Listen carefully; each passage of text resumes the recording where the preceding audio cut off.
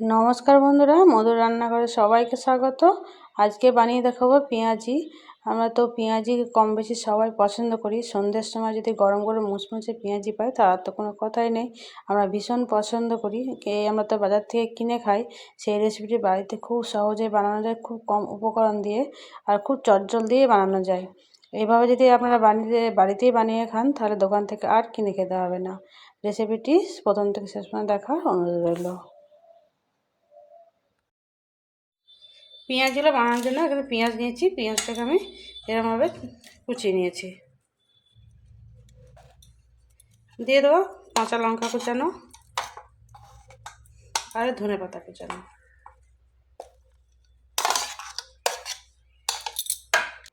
দেবো স্বাদ মতো লবণ, একটু হলুদের গুঁড়ো, লঙ্কা গুঁড়ো, ঝালটা আপনারা আপনার মতো করে দেবেন। এখানে জিরে ধনে একসঙ্গে ভেজে গুঁড়ো দেবো, একটু সবজি মশলা, আদা রসুন বাটা 1 চা চামচ। এখানে আপনারা আদা রসুন ছোটো ছোটো করে কুচিয়ে দিতে পারেন। প্রথমে হাত দিয়ে ভালো করে মাখিয়ে নেব। এখানে কোনো রকম জলের ব্যবহার করব না। প্রথমে এইভাবে মাখিয়ে দেবে, যে লবণ দেওয়া আছে তার কারণে জলটা ছাড়বে।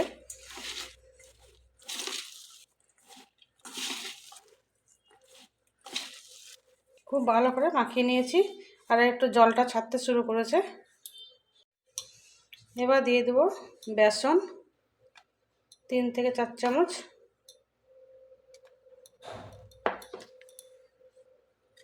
আর দেবো এখানে ময়দা। আমি সম পরিমাণ দেবো, যতটা বেসন নিয়েছি ততটা আমি ময়দা দেবো।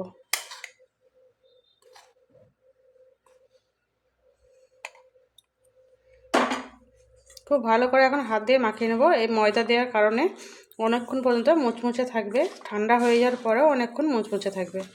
যদি প্রয়োজন হয় 1 চামচ জল দিতে হবে, আর প্রয়োজন না হলে জল দিতে হবে না। খুব ভালো করে মাখিয়ে নেওয়া হয়ে গেছে। এখানে কিন্তু জলের কোনো প্রয়োজন হয়নি। আপনাদের যদি প্রয়োজন হয় 1 চামচ দিতে পারেন। আর এর পেঁয়াজের যে জলটা ছিল সেটাতেই মাখানো হয়ে গেছে। এবার এগুলো ভেজে নিতে হবে। গ্যাসের মধ্যে কড়াইয়ে তেল বসিয়ে দিয়েছি। তেলটা খুব ভালো করে গরম করে নিতে হবে।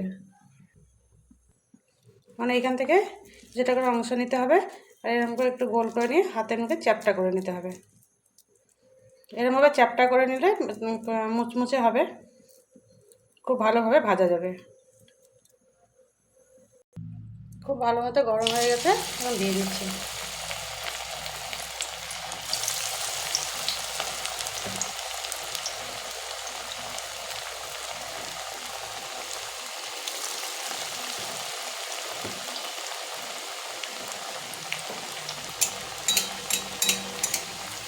একটাতে কিছুক্ষণ হওয়ার পরে উল্টে দিতে হবে। উল্টে দেবো, গ্যাসের ফ্লেমটা লো টু মিডিয়ামে দিয়ে এগুলো উল্টে পাল্টে লালচে লালচে করে ভেজে নিতে হবে।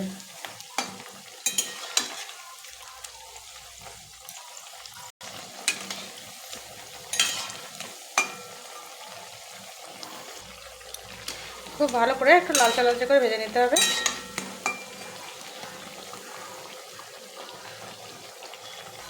এগুলো ভাজা হয়ে গেছে, এগুলোকে তুলে নেব।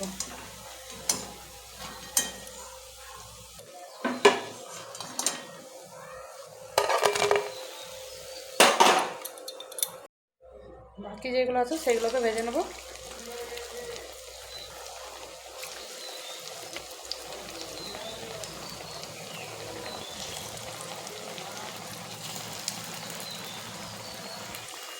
একইভাবে সবগুলোকে লালচে লালচে করে ভেজে নেব।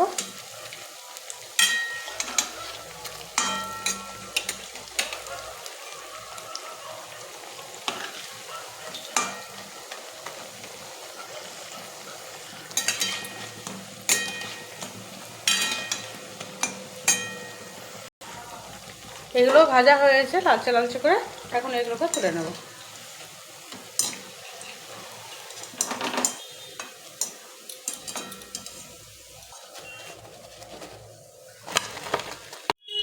দিয়েছি টমেটোর চাটনি,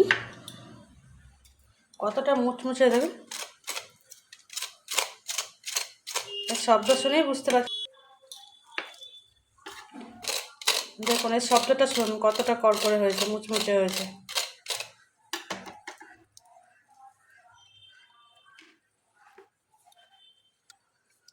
দেখলেন তো বন্ধুরা, কত সহজ এই রেসিপিটা বানানো।